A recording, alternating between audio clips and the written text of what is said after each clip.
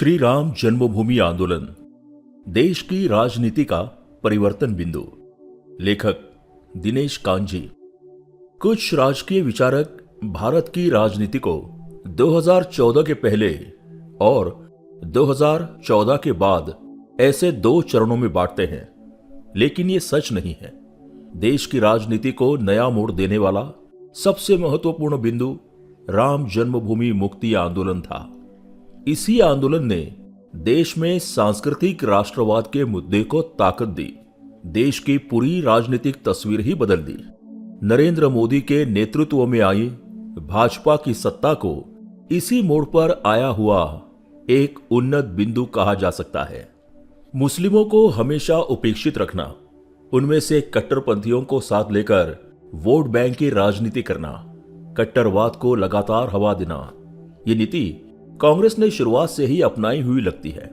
शाहबानो मामले में तो कांग्रेस ने हद ही कर दी थी। मुस्लिम कट्टरपंथियों को खुश करने के लिए तत्कालीन प्रधानमंत्री राजीव गांधी ने शाहबानो नामक मुस्लिम महिला को सर्वोच्च न्यायालय द्वारा दिया गया इंसाफ छीन लिया था। उसके जीवन पर सचमुच बुलडोजर चला दिया था। कांग्रेस का मुस्लिम तुष्टीकरण गरीब मुस्लिम महिलाओं के हित में न होकर केवल कट्टरपंथियों के हित में रहा है। यह बात राजीव गांधी ने अपने फैसलों से फिर से रेखांकित कर दी थी। यह मामला 1985 का है। शाहबानो नामक इंदौर की मुस्लिम महिला को उसके पति ने तलाक दे दिया। भरण पोषण के लिए उसने अदालत का दरवाजा खटखटाया। उसने सर्वोच्च न्यायालय तक बहुत लंबी लड़ाई लड़ी।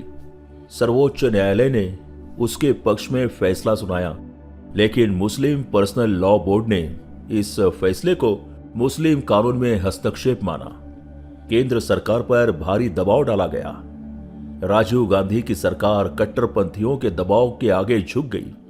संसद में कानून बनाकर सर्वोच्च न्यायालय का फैसला कूड़ेदान में फेंक दिया गया। कांग्रेस की मुस्लिम तुष्टीकरण की भूमिका ने सचमुच हद पार कर दी थी। कांग्रेस की इस भूमिका में पीढ़ी दर पीढ़ी निरंतरता देखिए। राजीव गांधी ने भरण पोषण भत्ता नकार कर शाहबानो के साथ अन्याय किया। राहुल गांधी ने प्रधानमंत्री नरेंद्र मोदी द्वारा लाए गए 3 तलाक हटाने के कानून का विरोध किया। ये सब कुछ कट्टरपंथियों को खुश करने के लिए। शाहबानो मामले में राजीव गांधी द्वारा लिए गए फैसले से देश भर में कांग्रेस की छवि मुस्लिम कट्टरपंथियों के आगे घुटने टेकने वाली पार्टी जैसी हो गई।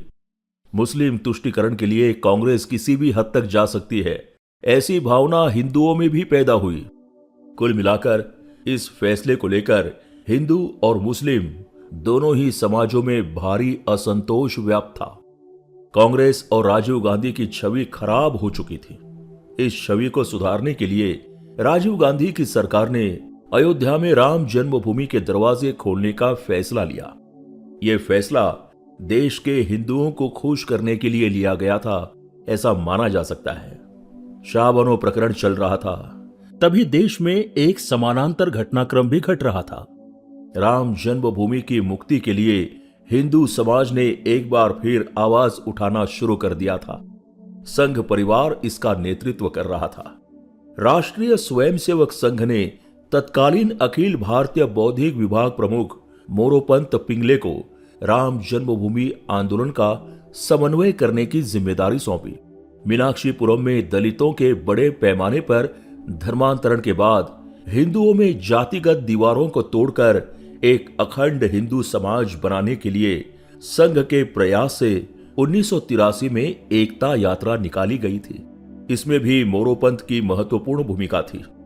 राम जन्मभूमि आंदोलन को जनता तक पहुंचाने के लिए उन्होंने राम जानकी रथ यात्रा निकाली। प्रभु राम का जन्म उत्तर प्रदेश अयोध्या में हुआ था और सीता माता का जन्म बिहार मिथिला में हुआ था।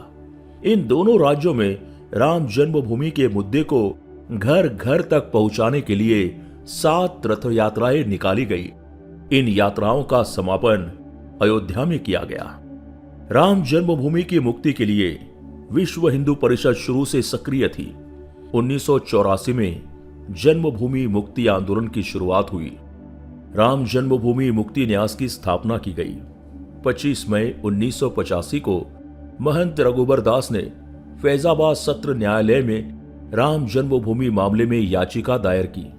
सत्र न्यायालय में याचिकाओं का ढेर लग गया था। 31 अक्टूबर 1985 को कर्नाटक के उडुपी में विश्व हिंदू परिषद की पहल पर धर्म संसद का आयोजन किया गया था। इसी धर्म संसद में राम जन्मभूमि मुक्ति न्यास के अध्यक्ष महंत रामचंद्र परमहंस ने राम जन्मभूमि की मुक्ति का प्रस्ताव रखा। महंत ने सरकार को कड़ी चेतावनी दी, अगर राम जन्मभूमि को मुक्त नहीं किया गया तो मैं आत्मदाह कर लूंगा। हमने अब तक ताला खोलो आंदोलन किया है, इसके बाद ताला तोड़ो आंदोलन होगा। एक तरफ शाहबानो मामले की वजह से जनता राजीव गांधी की सरकार से नाराज थी और दूसरी तरफ राम जन्मभूमि मुक्त नहीं हो रही थी। इस कारण हिंदुओं में भारी असंतोष था। सरकार दुविधा में फंस गई थी। इससे बाहर निकलने के लिए उनके लिए कोई कदम उठाना जरूरी हो गया था। डूबते राजीव गांधी को तिनके का सहारा चाहिए था। इसी दबाव में राम जन्मभूमि के दरवाजे खोल दिए गए। ऐसा भी एक मत है कि राजीव गांधी को इस फैसले के बारे में कुछ भी मालूम नहीं था। यह फैसला पूरी तरह से उनके मंत्रिमंडल के अरुण नेहरू और उत्तर प्रदेश के तत्कालीन मुख्यमंत्री वीर बहादुर सिंह का था।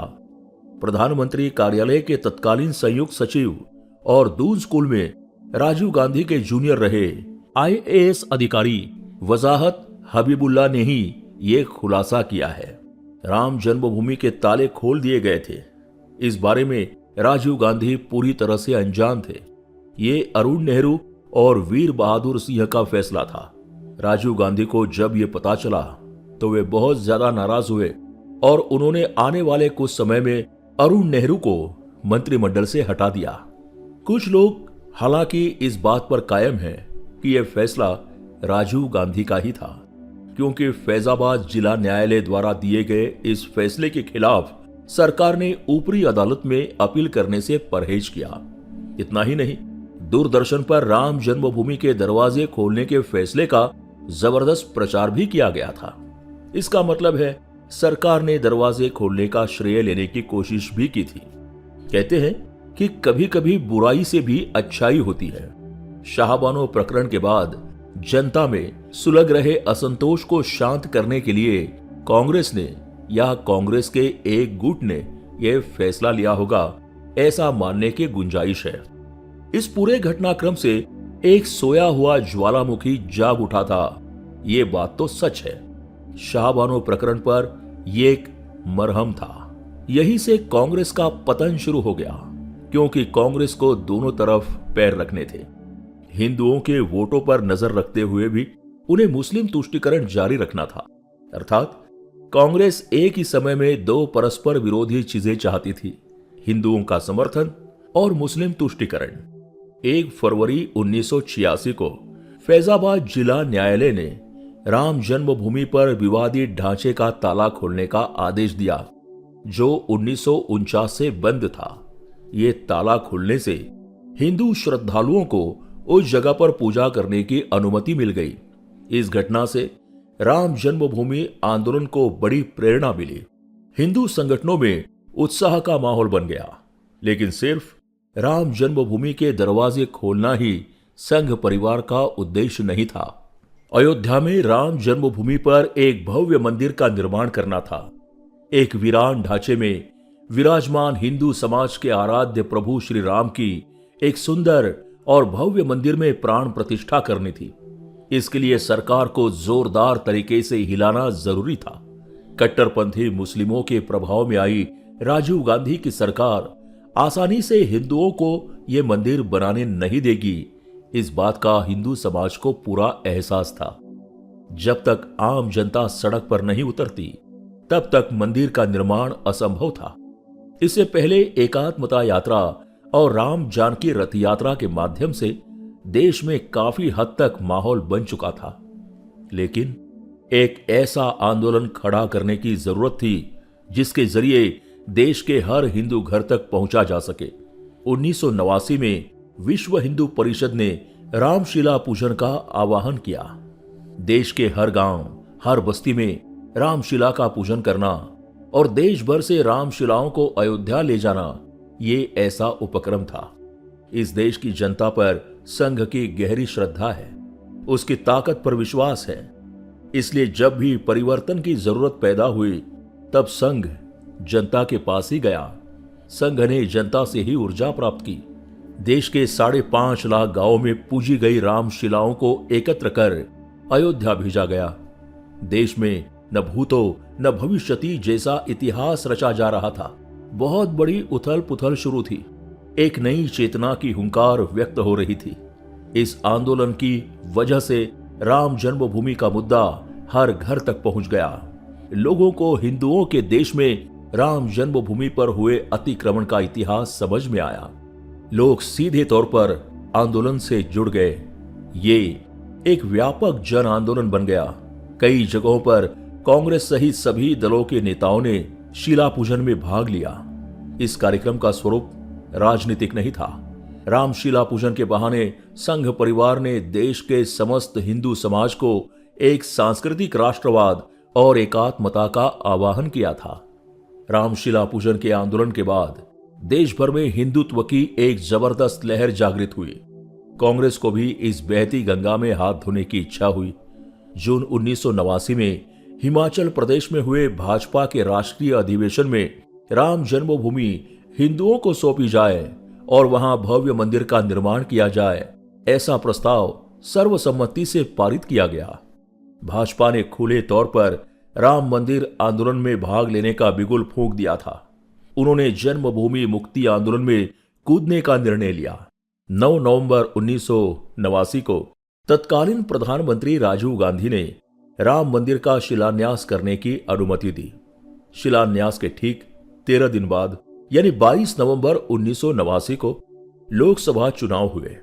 ऐसा कहा जाता है कि राजीव गांधी की शिलान्यास समारोह में उपस्थित रहने की इच्छा थी, लेकिन उनके करीबी लोगों ने उन्हें मुस्लिम नाराज हो जाएंगे कहकर इस कार्यक्रम में शामिल न होने की सलाह दी।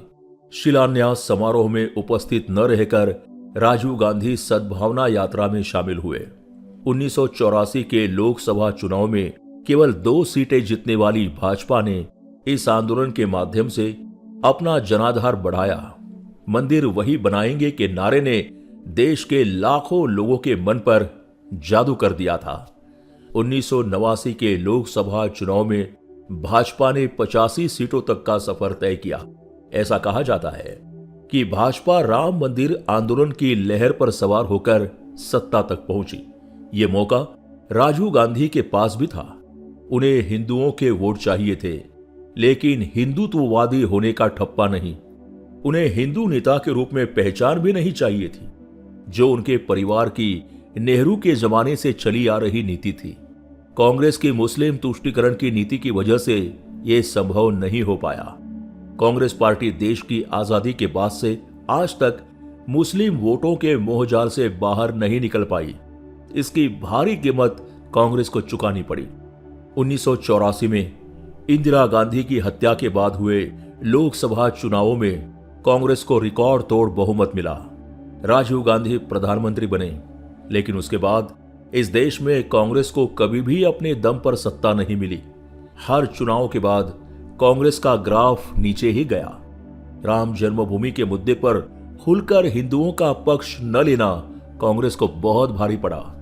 भाजपा ने हालांकि खुलकर हिंदुओं यानी न्याय का पक्ष लिया। 25 सितंबर 1990 को भाजपा के तत्कालीन अध्यक्ष लाल कृष्ण आडवाणी ने राम मंदिर के निर्माण के लिए राम रथ यात्रा शुरू की। गुजरात के सोमनाथ मंदिर से शुरू हुई ये रथ यात्रा देश भर में यात्रा करके अयोध्या पहुंचने वाली थी। राम जन्मभूमि मुक्ति आंदोलन में इस रथ यात्रा की भूमिका बहुत ही महत्वपूर्ण है। कौन सही कौन गलत इसका विचार किए बिना दोनों को लुभाने की नीति हिंदू समाज के हित में नहीं थी। हिंदू समाज के लिए मजबूती से कौन खड़ा है, हिंदू समाज की न्याय संगत बात कौन रखेगा, हिंदू समाज के हक के लिए कौन लड़ेगा, ये सवाल देश के करोड़ों हिंदुओं के मन में था। राम रथ यात्रा से इसका जवाब मिला।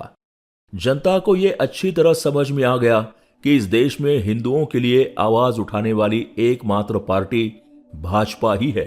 राम रथ यात्रा से देश भर में भाजपा का प्रभाव कई गुना बढ़ गया। इस यात्रा ने भाजपा को देश की राजनीति में एक प्रमुख पार्टी के रूप में स्थापित किया। केंद्र में विश्वनाथ प्रताप सिंह की सरकार को भाजपा का बाहर से समर्थन था। इसी बीच लाल कृष्ण आडवाणी की राम रथ यात्रा निकली। बिहार के समस्तीपुर में 30 अक्टूबर 1990 को बिहार के तत्कालीन मुख्यमंत्री लालू प्रसाद यादव ने कानून व्यवस्था का हवाला देकर इस रथ यात्रा को रोक दिया। इसके बाद भाजपा ने केंद्र सरकार से अपना समर्थन वापस ले लिया। विश्वनाथ प्रताप सिंह की सरकार गिर गई। राम रथ यात्रा केवल एक राजनीतिक अभियान नहीं थी, बल्कि ये भारतीय राजनीति में एक मोड़ साबित हुई।